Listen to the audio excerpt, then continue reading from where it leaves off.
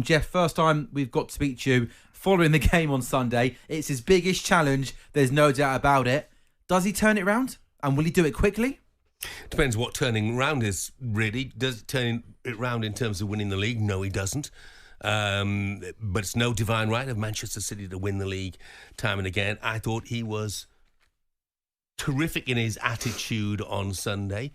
When the Liverpool fans started chanting "sacked" in the morning, he could not keep the little wry smile off his face. I thought his response of putting the six fingers up was brilliant, defiant. And that's what his team need to be. They need to be defiant. But who could have imagined, I was thinking back, who could have imagined 12 months ago a City side starting where Ederson wasn't their goalkeeper, where Kevin De Bruyne, who has been one of the outstanding midfield players in the country, indeed probably the world, season after season, is sitting twiddling his thumbs on the bench, where Phil Foden is starting without a Premier League goal to his name in December.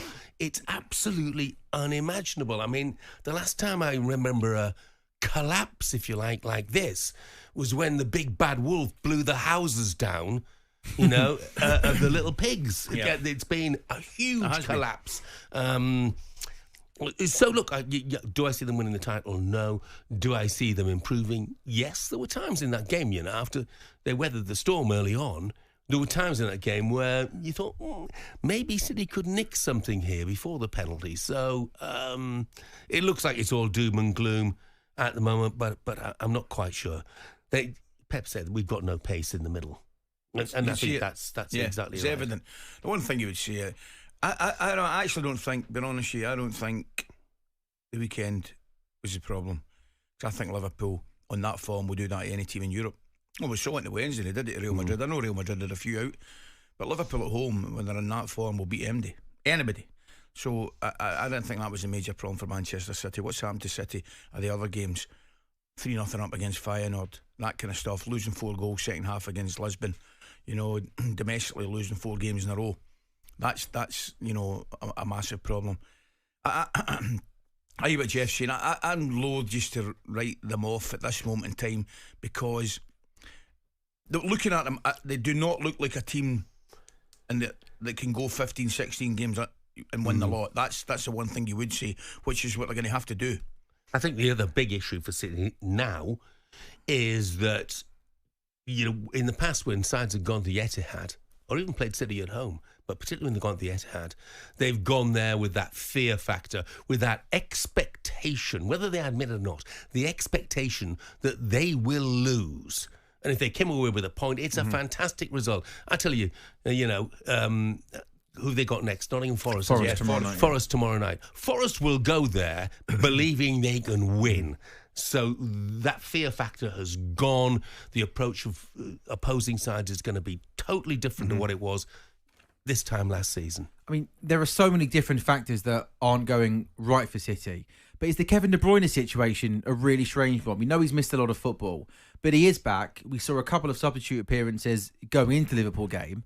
On the bench again. Well, he's obviously and then he only comes on. He's obviously on the bench for a reason, right? So the fact he's coming on and playing would indicate that he's probably fit to start.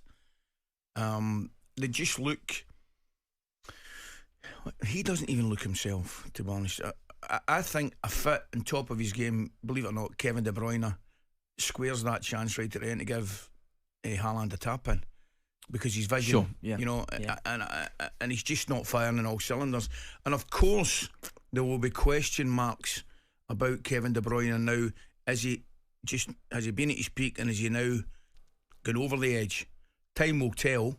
And say I'm still loath to write them off. I think Jeff makes a fair point. Some of the football they played when Liverpool were pressing them, dear me, they're the only team in the country that would get out. Liverpool went after them. And I couldn't believe some of the football they played to get out to save themselves. But they've got serious problems. The key players, goalkeeper. I thought Diaz would make a difference when he came back. He didn't really give a problem with the second goal, obviously, as well. De Bruyne is not.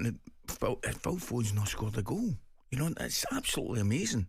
So I definitely agree with what you said earlier. I think he's by far and away his biggest test as a coach and a manager.